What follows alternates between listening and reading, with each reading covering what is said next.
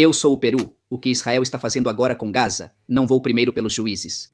Capítulo 19, versículo 21. Que Jeová, ele mesmo, os manda fazer guerra. Que culpa tinham as crianças? Que culpa tinham os idosos que não participaram? A conclusão a que cheguei é que, ao fazer justiça, também morrem inocentes. Sempre por querer destruir um grupo que possa estar como sendero luminoso, como agora com o Hamas, ou pelo que estava acontecendo na cidade dos benjaminitas. Como se justifica a morte de crianças ou idosos que podem estar neste momento causada pelo exército de Israel aos moradores de Gaza? Entendo, não quero justificar nada, quero explicar.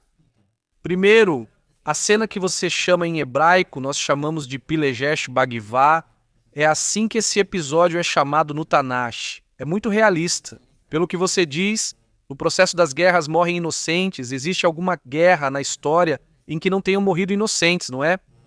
Primeiro, segundo, no caso do Peru, o Peru fazia esforços para que a população civil não fosse afetada. Olha, talvez eu não conheça tantos detalhes, tanta história, porque talvez eu não tenha passado por essa parte da história e também não li alguns livros. Mas a pouca informação que eu tenho pela história que meus pais me contaram é que, quer dizer, a pouca informação é que às vezes tinham que ir para o lado do Sendero Luminoso, porque eram pegos, e às vezes iam para o lado do exército. Então, quer dizer, eles não tinham opção, às vezes, então vinha o exército e no final matava eles e eles não tinham culpa. Não, então, por isso quer dizer, o que eu penso, a dúvida é que ao fazer justiça sempre existe gente inocente, ou seja, gente inocente. E claro, não existe guerra na história humana em que não haja inocentes que acabam morrendo. Mas o que eu quero dizer, antes de tudo, eu não acho que crianças deveriam sofrer. Eu acho que as crianças deveriam estar fora da equação. A realidade é que nas guerras as crianças sofrem. Agora, o caso de Gaza é um caso excepcional nas guerras da história da humanidade. Acredito que nenhum exército na história enfrentou uma guerra como esta em Israel. Os fatores são que temos uma grande quantidade de pessoas sequestradas no mesmo território que o nosso. Além disso, é uma das zonas urbanas mais densas para combate. Além disso, é um grupo islamista radical cuja estratégia militar é usar a população civil como ferramenta política. Por quê?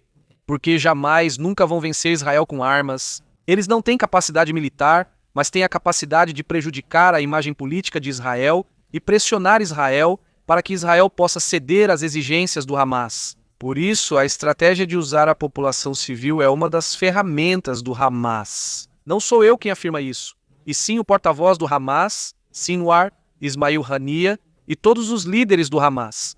Até as crianças servem para essa causa. Outro fator da equação é que Israel, apesar de toda essa soma de uma guerra, não há nação no mundo que tenha estado em uma situação assim. Tanto que a pressão internacional sobre Israel não tem comparação. Não conheço nenhum conflito na história em que um país tenha sofrido mais pressão do que Israel. Estamos falando que agora existem 60 conflitos paralelos no mundo e praticamente não se fala de nenhum deles.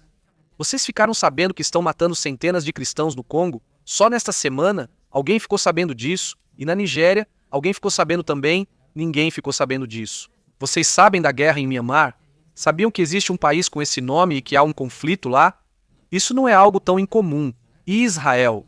O que freia muito Israel é o fato da pressão internacional. Então, e aqui começo a fazer a soma, como engenheiro químico que sou, tenho os dados sobre a minha mesa e começo a analisar. Se Israel sofre pressão internacional para que não haja vítimas civis, qual o interesse de Israel em causar vítimas civis? Nenhum. Pelo contrário, se houver vítimas civis, isso prejudica Israel. Israel precisa tomar medidas, e as medidas que Israel toma são enviar 1.500 toneladas de ajuda humanitária.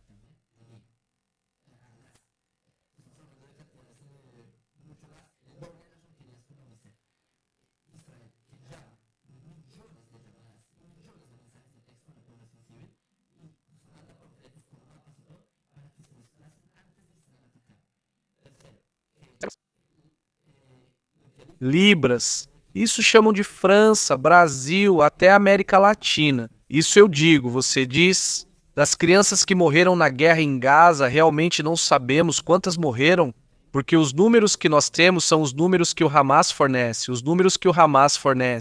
É o Ministério da Saúde de Gaza, faz parte da estratégia midiática deles. E aqui, quero mencionar algo que você mencionou. Quantos você disse?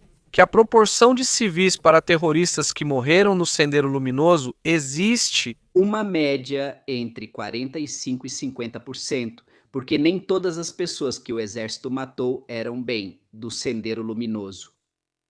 Significa que para cada civil morria 1,2 civis morria 1. Estamos falando de uma guerra bem mais convencional do que a que Israel enfrenta. O que acontece no caso de Israel é que a situação o recorde que Israel tem é de uma proporção semelhante de 11,2, que para cada terrorista, cada um civil. Os dados e quem os viu, além de eu ter um vídeo sobre isso. O pico da maioria da concentração de pessoas por idade são homens em idade de combate, entre 20 e 40 anos. 2.030 anos, e é o maior número de pessoas que morreram em Gaza. E os próprios dados do Hamas mostram que 71% das pessoas são desse tipo, que não, ao que parece, não são civis. Então, se você vai investigando mais nos dados, é claro que há civis que sofrem. A pergunta é, que medidas estão sendo tomadas para que isso não aconteça? E que medidas os outros estão tomando para que isso aconteça? Porque justamente são aqueles que querem que pessoas sejam atingidas. Então eu responderia isso. Se Israel vai fazer justiça, e no caminho, também, nós nos preocupamos para que a situação não seja a pior possível, ao contrário dos nossos inimigos, que querem que a situação seja a pior possível, porque essa é a única estratégia que eles têm contra nós. Mas veja... Outra pergunta, desculpe, outra pergunta, porque, claro, eu nunca fui a Israel, também não conheço, só tive a oportunidade de conhecer 2 tipos de judeus, sefarditas, mas considerando que na guerra, ou seja, na guerra, a logística é sempre fundamental, então para que até agora jamais continue sustentando a guerra, isso significa que a sua logística não foi cortada? A que se deve o fato de que Israel, tendo tanta inteligência, ainda não consegue detectar para cortar a logística? Ok, muito boa pergunta, e eu te faço a contra-pergunta para que você destrinche.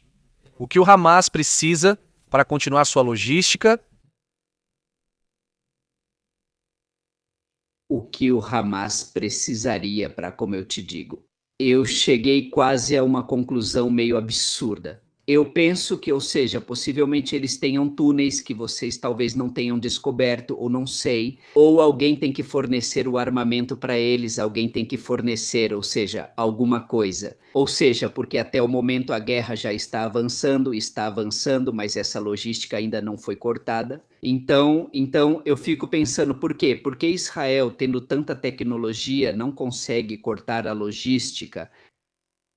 Então aqui termina a minha resposta. Israel conseguiu cortar a logística? Jamais. No sentido das armas, ou seja, das armas que entram. Porque Israel, no momento em que controla Rafah, já não entra mais nada. Rafah sim é hermético. Armas não entram em Gaza a não ser pelo mar. Por isso há bloqueio marítimo para impedir que cheguem ao Hamas. E então, no sentido de armas, eles têm o que tinham armazenado até o momento, e é muito armamento o que eles tinham estocado. 20 anos se preparando para este momento em termos de munições. Ou seja, ainda tem para muita guerra, mas tem outra forma, uma parte logística que é se abastecer. Por exemplo, os alimentos, por exemplo, o dinheiro, pagar os salários, por exemplo, as comunicações, por exemplo, esse tipo de detalhes, como eles fazem. E aqui está um dos grandes fracassos das nações em sua luta ou em sua suposta luta, porque esse conflito acaba. E é que toda vez que Israel envia ajuda humanitária para Gaza, quem rouba a ajuda humanitária jamais pega a ajuda humanitária. Esvaziam os caminhões e vendem a ajuda humanitária. Para quê? Para se financiarem. E para quê? Para continuar o ciclo de recrutamento e pagamento de salários e assim continuar.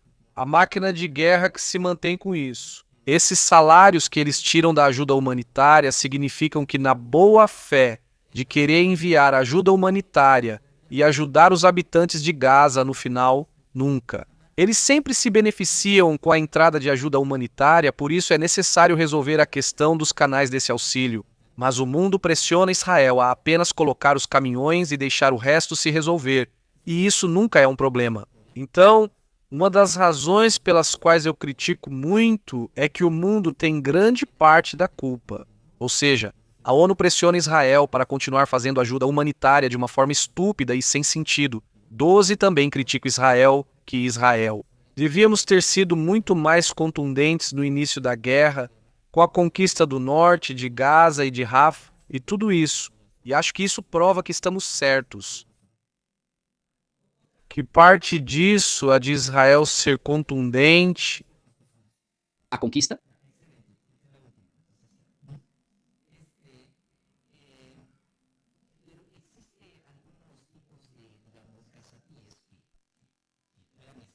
Parte disso é Israel ser mais contundente na guerra.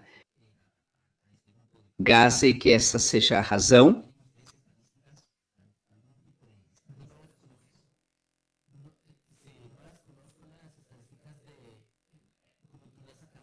que sim, grande.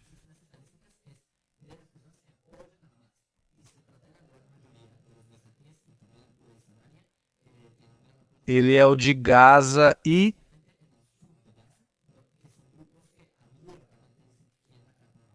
isso e essa é a razão. Armados e lutam com o Hamas em Gaza, os mesmos são de Gaza.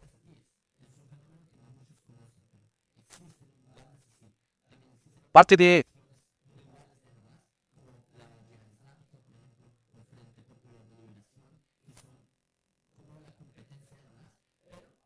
Israel que Israel. Ser contundentes da guerra com a conquista de Gaza e que a razão que parte contundentes Gaza, e isso que se a razão que parte é Israel, que Israel Ser mais parte de ser mais contundentes com a conquista de